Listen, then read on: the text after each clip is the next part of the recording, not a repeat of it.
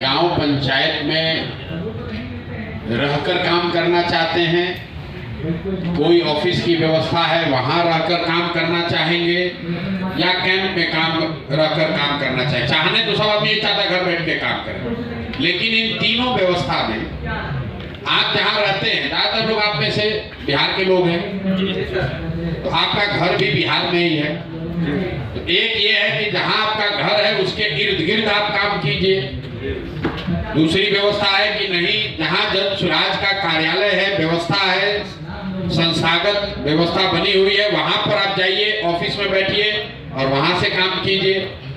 और तीसरी व्यवस्था है कि जो ऐसे इस तरह के कैंप बने हुए हैं, उन कैंपों में रहकर काम कीजिए। तीनों के अपने प्लस और माइनस हैं। पहला, अगर आप घर पे रह के काम करते हैं, निश्चित तौर पर आपका रहना खाना वो सब मुफ्त है आपके लिए एक तरीके से। घर पर आप हैं तो आपको थोड़ी सुविधा भी ज्यादा रहेगी, लेकिन और काम पेपर पे ऐसा लगता है कि अपने गांव पंचायत को आप बेहतर समझते हैं तो वहां ज्यादा काम कर पाइएगा। लेकिन होता यह है कि जब लड़के घरों पर आते हैं तो अब घर का काम करेंगे। ये जो काम है जन स्वराज का, वो डिसिप्लिन नहीं है। तो अब घर के काम में लग गए, कभी सो गए, कभी नहीं किया, कभी किया, कभी कुछ हुआ, कुछ नहीं हुआ, और उस चक्कर में धीरे धीरे वो काम छूट जाता है। दूसरा, जो ऑफिस में रहकर काम करने की व्यवस्था है, लेकिन घर पर आके काम करने का फायदा ये है कि आप अपने गांव पंचायत में काम कर रहे हैं, जहां पर जिस समाज की, जिस गांव की, जिस पंचायत की आपको सबसे ज्यादा समझ है, जिसके भाषा का, कल्चर का, विषय का आपको पहले से समझ है। दूसरी व्यवस्था है कि नहीं, आपको किसी कार्यालय में रख दिया गया। कार्यालय में रहिएगा तो उसमें आपका जो जीवन है वो थोड़ा डिसिप्लिन रहेगा, अनुशासित रहेगा, क्योंकि वहां जवाबदेही है। 9 बजे आपको बैठना है, 4 घंटे 8 घंटे वहां करना है काम। लेकिन उसमें 2 दिक्कत है। एक दिक्कत ये है कि कार्यालय में बैठकर जो कार्यालय में आएगा उसी से आप डील कर सकते हैं, आप खुद से निकलकर बहुत कुछ बड़ा नहीं कर सकते हैं। और दूसरी दिक्कत है कि आप ना घर पर हैं ना जन स्वराज के कैंप में, तो आपको रहने खाने की अपनी व्यवस्था स्वयं से वहां बनानी पड़ेगी।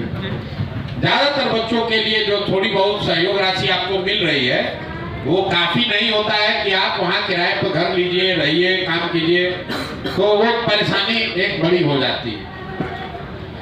तीसरी व्यवस्था है कि आप यहाँ कैंप में रहिए। यहाँ रहना खाना बहुत सुविधाजनक नहीं है, लेकिन है, फ्री है। और कैंप में रहकर यहाँ से टेक्नोलॉजी के माध्यम से अपने गांव, अपने पंचायत, अपने इलाके में चीजों को सक्रिय तौर पर करिए या कराइए।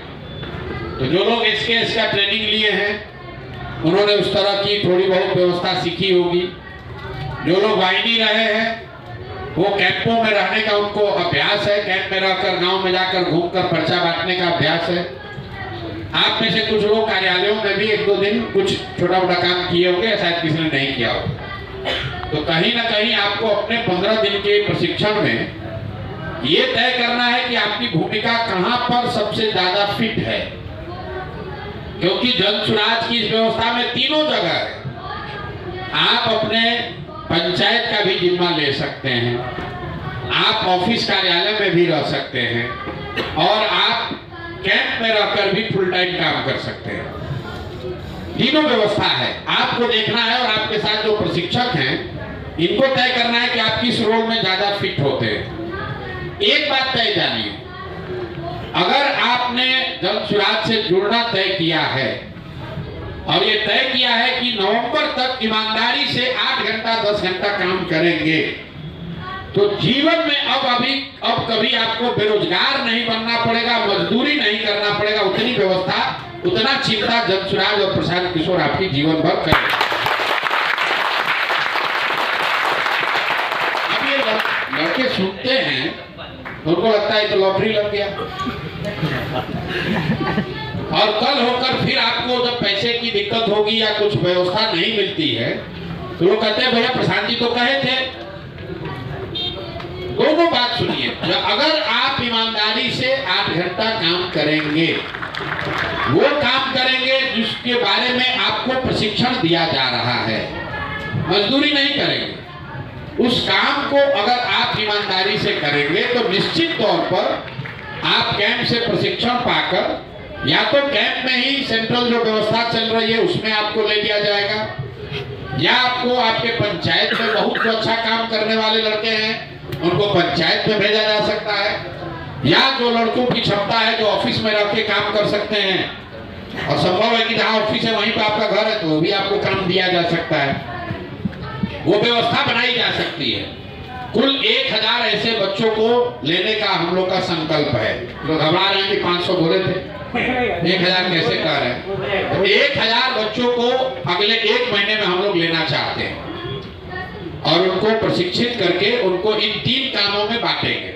जैसे यहाँ पर अभी मैं देख रहा हूँ, इसमें 4-5 लोग ऐसे जरूर हैं जिनको सीधा पंचायतों में भेजा जा सकता है 15 दिन के प्रशिक्षण के बाद।